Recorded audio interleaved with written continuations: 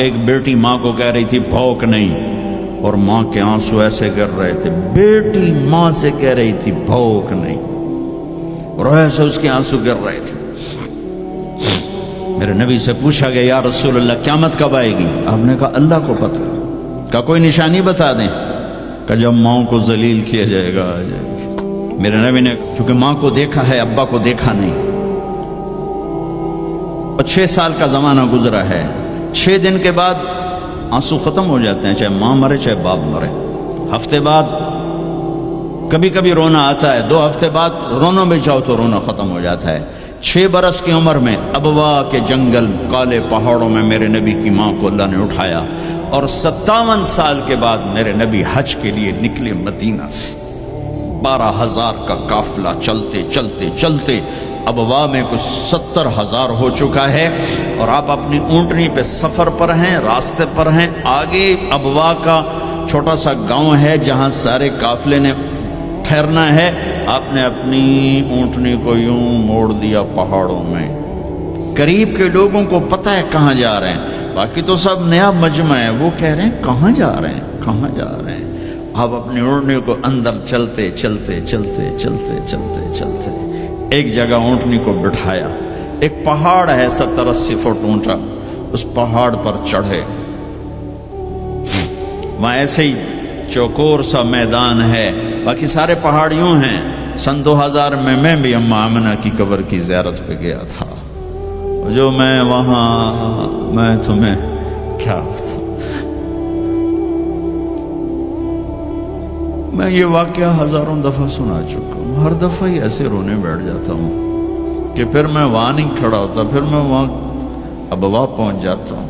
میں دیکھتا ہوں 6 سال کی عمر میں میرے نبی کو اللہ نے یہاں اتنا بڑا امتحان دیا کہ جنگل میں ماں کو موت دے دی. 25 سال کی عمر میں ماں مر گئی، اچانک مر گئی، کوئی بیماری نہیں کچھ نہیں، جس کو آج ہم ہارٹ اٹیک کہتے ہیں، ہارٹ فیلئر کہتے ہیں. اتنا آخری جملہ کہا کل حی میت و کل جدید بال وقد ولدت طہرا. بولا نہیں جا رہا تھا تو بجھتے بجھتے بھڑکتی شمع نے کہا بیٹا ہر زندہ نے مرنا ہے، ہر جوانی نے ڈھلنا ہے. لگتا ہے تیری ماں کا آخر آ چکا ہے، لیکن میں نے ایک بچہ جنا ہے جو سارے عالم کو پاک کر دے گا. اور شمع خاموش ہوگی. کس طرح انہیں دفن کیا میں وہاں کھڑا یہی سوچتا رہا کہ یہاں قبر بنائی کیسے ہوگی. تو پتھر ہیں، کوئی لوگ گزرے ہوں گے یا پتھر جوڑ کے. جب ایمن نوکرانی ساتھ ہیں، وہ ان کو لے کر نیچے اتری، اونٹنی کے قریب پہنچی تو آپ نے ہاتھ چھڑایا اور پھر بھاگے، پہاڑی پہ چڑھ گئے. ایمن پیچھے گئیں تو وہ منظر تھا کہ شاید اس وقت عرش بھی رو رہا ہوگا کہ اللہ کے نبی نے ماں کی قبر کو چمٹایا ہوا تھا سینے کے ساتھ. قبر پہ ایسے گرے پڑے تھے.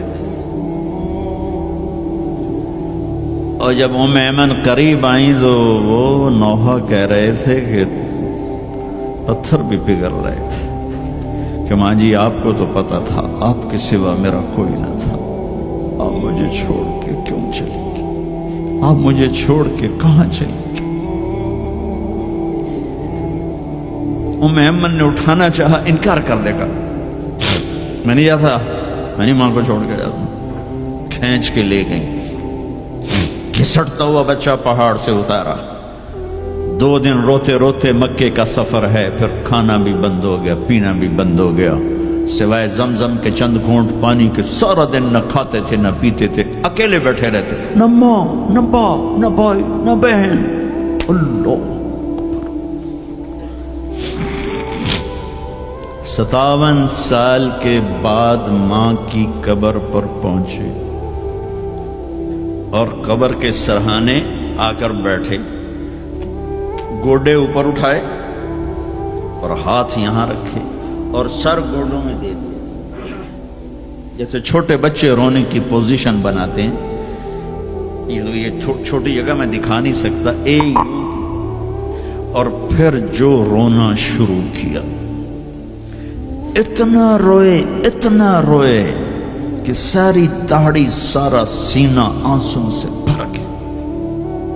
جیسے کوئی معصوم بچہ، جیسے 6 سال کا محمد رو رہا صلی اللہ علیہ وسلم، اتنا روئے کہ وجود ہل گیا، اور پھر فرمایا کہ میں آگے نہیں جاؤں گا، میں رات یہیں رہوں گا۔